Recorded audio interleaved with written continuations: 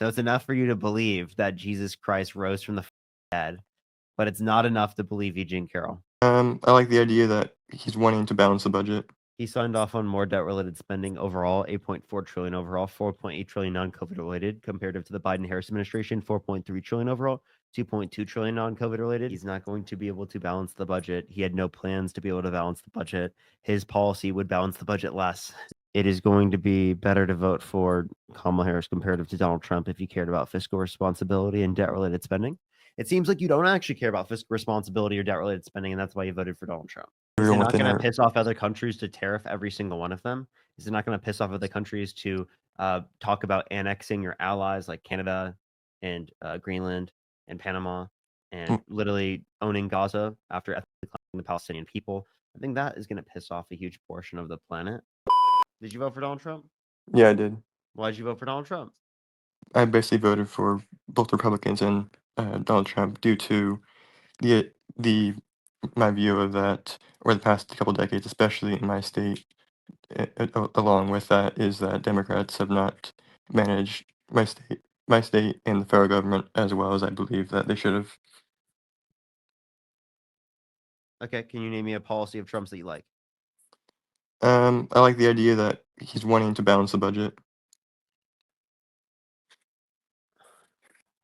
He signed off on more debt-related spending overall, 8.4 trillion overall, 4.8 trillion non-COVID related, comparative to the Biden-Harris administration, 4.3 trillion overall, 2.2 trillion non-COVID related. If you want to look at the next administration campaign plans, comparing Kamala Harris to Donald Trump would do 4 trillion more debt-related spending over the next 10 years, given this administration with his campaign plans, comparative to Kamala Harris. Yes, I know those numbers are approved by that. What I look at is that the actual Committee for debt that Responsible was. Federal Budget. Sorry. The Committee for Responsible Federal Budget. That's based upon what they signed into law. You're going to reference the amount of debt that was incurred under the administration, which has nothing to do with what they signed into law or what they did as the particular president. Some of those debts that were incurred under the Biden-Harris administration or because of things that Trump signed into law. And they had the chance to turn over those laws that were enacted under the Trump administration. No, they didn't. You have to do. Congress would have to do that. Yes, I'm saying that in 2021, Democrats So take they full can sign control. into law if Congress passes it. Yes, and why didn't Congress pass that? That's going to be an issue of Congress of not being able to get people to come together to vote for it.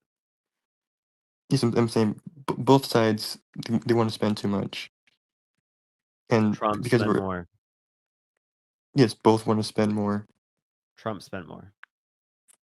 The approved rates, yes. What I'm talking about is when Congress has when both parties have full control of Congress, they have the control of what they want to do with policies with the support of the president. And their decision to not change the Trump era policies was a mistake on their behalf. Yeah, that's Congress, not the president of the United States. The president of the United States did as much as he could to do that. Yes, well, the president of the United States has to approve of the budget. Yeah, you understand that, like, that's going to be based upon what Congress passes. And again, in terms of the budget that you're referencing, right, that's not going to be what was signed into law because of Joe Biden. You're not talking about what they signed into law. I'm referencing what they signed into law, everything. If you're going to reference what they signed into law, then you're going to agree with me. Yes, I If you're just agree. going to reference what was incurred under the administration, well, then you're not going to be referencing what I'm referencing. And you're just Yes, going to be referencing a correlation causation fallacy. yes, well, I'm referring to the idea that both parties in past decades have not been fiscally responsible in their budget. We should not have a deficit at all, at least a very little deficit. When we have a $2 trillion deficit each year, it's a fiscal emergency, or it's gonna be an exponential issue after each year. So again, I'm not understanding your point because based upon what the presidents did, it is going to be better to vote for Kamala Harris comparative to Donald Trump if you cared about fiscal responsibility and debt-related spending. It seems like you don't actually care about fiscal responsibility or debt-related spending, and that's why you voted for Donald Trump. And we've already gone over this. I understand you're saying that, like, you think that somehow it's going to be the case that, again, Democrats are more culpable for the spending for some reason. Is that what you're saying? I'm saying that both parties are to blame. Both presidents are all presidents are to Who's to blame blame since more? Clinton. The question is who's to blame more? To who to blame more? It's Yeah. Congress. No, out of the candidates, Kamala Harris or Donald Trump? Who do you blame more? Kamala Harris she wasn't the president. She had no real Sorry, say. Joe. Or I'm going to say Joe Biden. yes, okay. Joe Biden or Trump, I'd say Trump. But especially with his view now in 2024, he wants to, in addition to tax cuts, he wants to balance the budget to align with the tax cuts. He's not going to be able to balance the budget. He had no plans to be able to balance the budget. His policy would balance the budget less. That's my point. I'm saying, how would you balance the How is he budget? gonna yeah, how is he gonna balance the budget? Tell me. What is My he gonna question is cut? how would you balance the budget? That's what I'm asking you. Yeah, we would increase taxes on rich people. Do you know how much money we would make if we took every single billionaire's entire fortune? Do you know how much money we'd make if we close tax loopholes? We'd probably make about If we extra, close tax loopholes, we'd increase revenues by like hundreds of billions of dollars. and we're still 1.5 trillion short. Okay. So if you're going to talk about that, I'm not just saying we can also raise revenues by giving funding to the IRS, right? To ensure that we have more money that way. We can raise revenue by giving money to NASA. We can also like reroute economic and financial planning for different types of programs to make them more efficient based on the funding mechanisms, right? For the future, like things like Social Security, right? Think we need to have like a more like efficient funding mechanism for it by giving people money when they are like into like an essentially like an IRA that will accrue in the stock market over time, and then they can pull it out at their retirement rather than having it set up through the context of Social Security, where it is the case that we don't have that revenue mechanism in terms of growth, right? To be Yeah, able to fund it in the same type of way, because it would be significantly cheaper to subvert the revenue mechanism if we did it through the stock market that way. But we don't yeah, fund it that way currently, and that's an issue.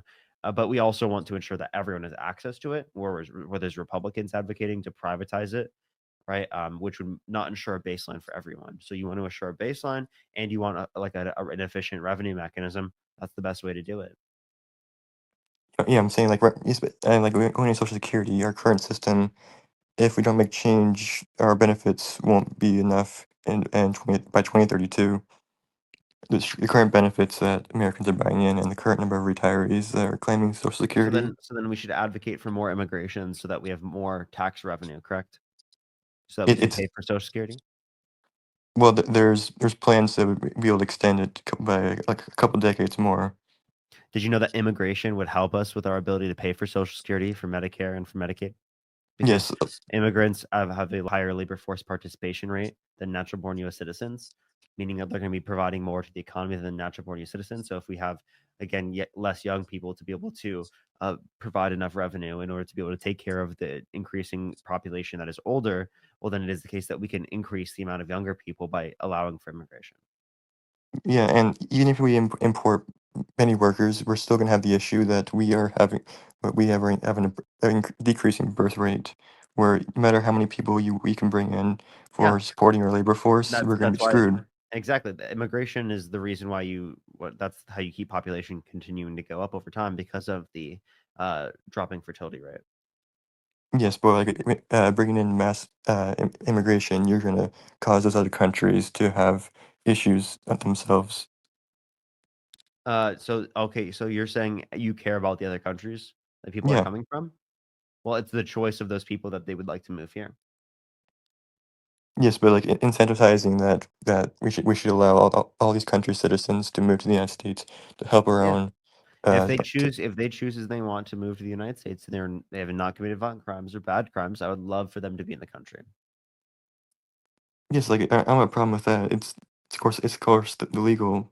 It's a long process, and yeah, I agree with it. It's just it's gonna piss off countries if we are openly like advertising come to the United States so we can continue supporting Is it everyone not within gonna our. piss off other countries to tariff every single one of them? Is it not gonna piss off other countries to talk about annexing your allies like Canada and Greenland and Panama and literally owning Gaza after ethnically cleansing the Palestinian people?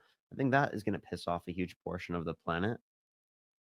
First off, or first off, threatening to bomb Iran. no matter what, Iran can't have a nuke at all. Okay, that's because they would have been less likely to get a nuke if Donald Trump didn't pull out of the nuclear peace agreement. Since 1979, since the Islamic Revolution in Iran, they have been having a very strict version of Sharia law, giving women no rights of any kind, giving the man of the household all rights in any aspect for women. And what's your solution? Our solution is that we could continue to sanction them and sanction the countries that want to still trade with Iran. So you want that country to have a greater access to nukes, the government?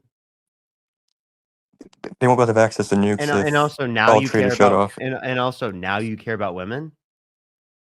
Since when did I ever say anything about that? Anything against women? You voted for Donald Trump, who was held civilly liable, bragged about walking in the changing rooms of girls' Miss USA because he quote unquote owns the place to inspect them without their consent. Right? He also literally said he would date a 10-year-old girl in 10 years.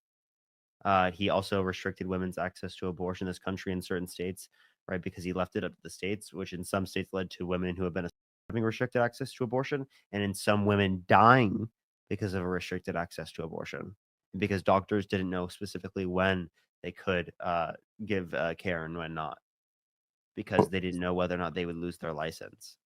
yeah, I can address each of those points. First off, the Egan Carroll case, it's clearly based off the say-so of 4 people, the entire case.